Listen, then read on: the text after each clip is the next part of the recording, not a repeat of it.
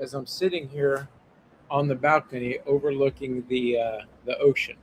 I just wanted to make mention of a couple of things here because um, I had a video in on the platform that I do my live streams on, which there'll be no live stream today, and so I'm doing this short little video a little bit early. People can stream by it, but oh, I forgot to change the title of it. Oh no, I did. The inability to hear. Um, in a recent live stream, I talked about using a point of EVs, electric vehicles. I tell you, it was over a views in just like 10 or 15 minutes. I mean, it's like, oh my goodness, how come so many people have watched this? This platform that I use, it clips out little segments for the reels that I can repost. And so I did that. And in doing that, um, I got people comment back. Now my point was on the real about electric vehicles. I said a couple of things. One is I said there was two types of fools in the context of that particular topic I was talking about on EVs, and those that buy into the religion of EVs. What's the religion? That you got to save the earth. You know, this green deal that everybody talks about. And my point being is God created this earth. It was a biblical stance. In the Bible, it talks about when this earth is dissolved, you're not going to speed that up. You can't destroy this earth before God is done with it. So my point was on the religion of EVs is that you're a fool if you think this earth. And the two types of fools was those that believe that they can save the earth. So my point, and even in that, I stated that the if you like EV on, I mean, um, I a guy back at Pastor's Church, Rob, he has an EV, or a Tesla, which is an EV. He took me for a ride in it. It's a cool car, and he's given me, he's a brainiac and an engineer by trade, and gave me all the breakdown of how it actually cost him less per mile than a combustible engine. Okay, that's cool. The way he uses it and everything like that. I still don't want one, even though the car was cool. The dashboard was really good. The acceleration was really good.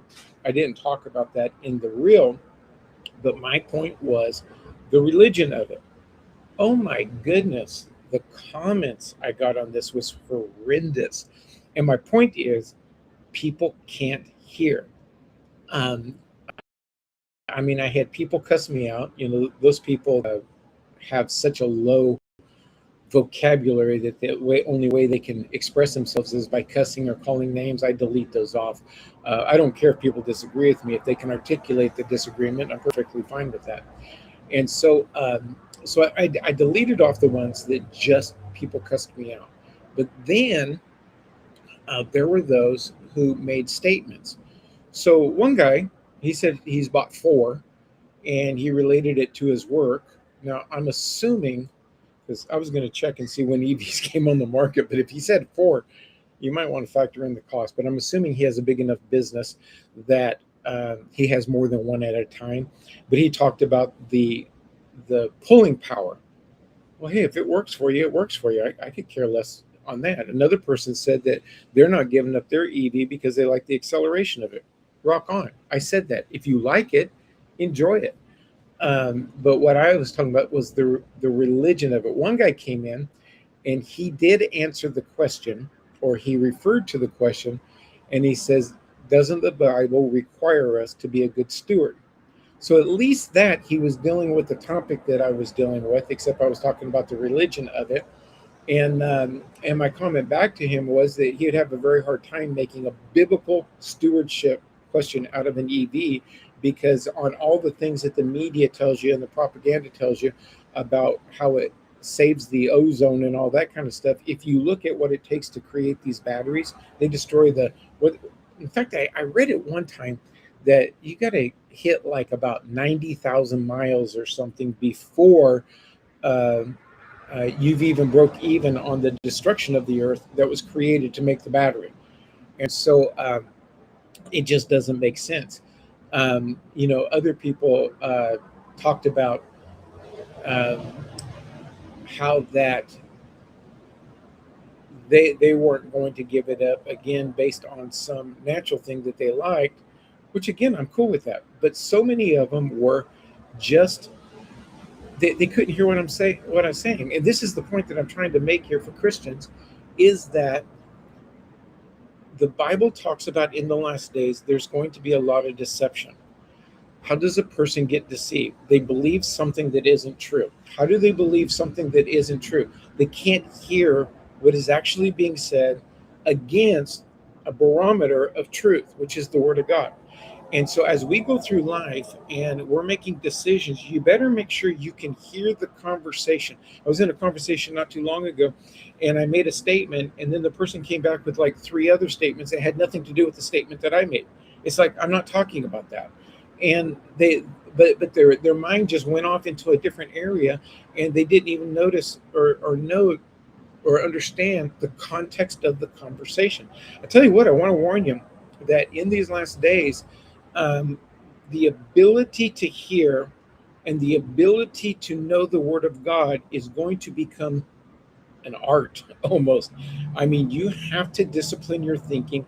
You have to keep yourself and not be moved on an emotional basis, on an offensive basis, on a feeling basis. You have to know the Word of God and judge things against the Word of God.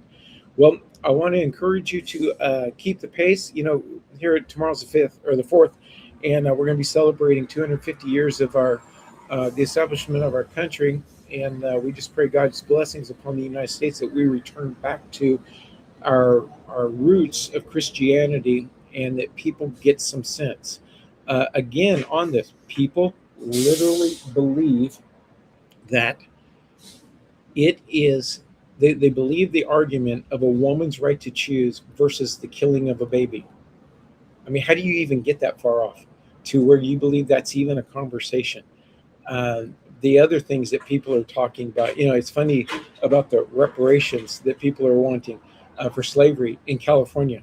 California didn't have slaves. Well, the motive behind it. People just want money, free money, and so they're pushing for it. But the ability to understand and make connections, it's just crazy.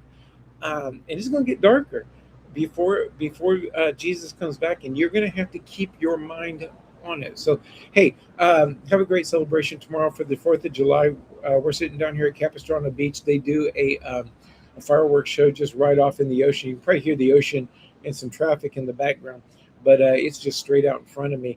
And so I encourage you to stay the course, to work on disciplining your mind, to stay focused on what is being said, how it's being said, so that you can walk in the things of God.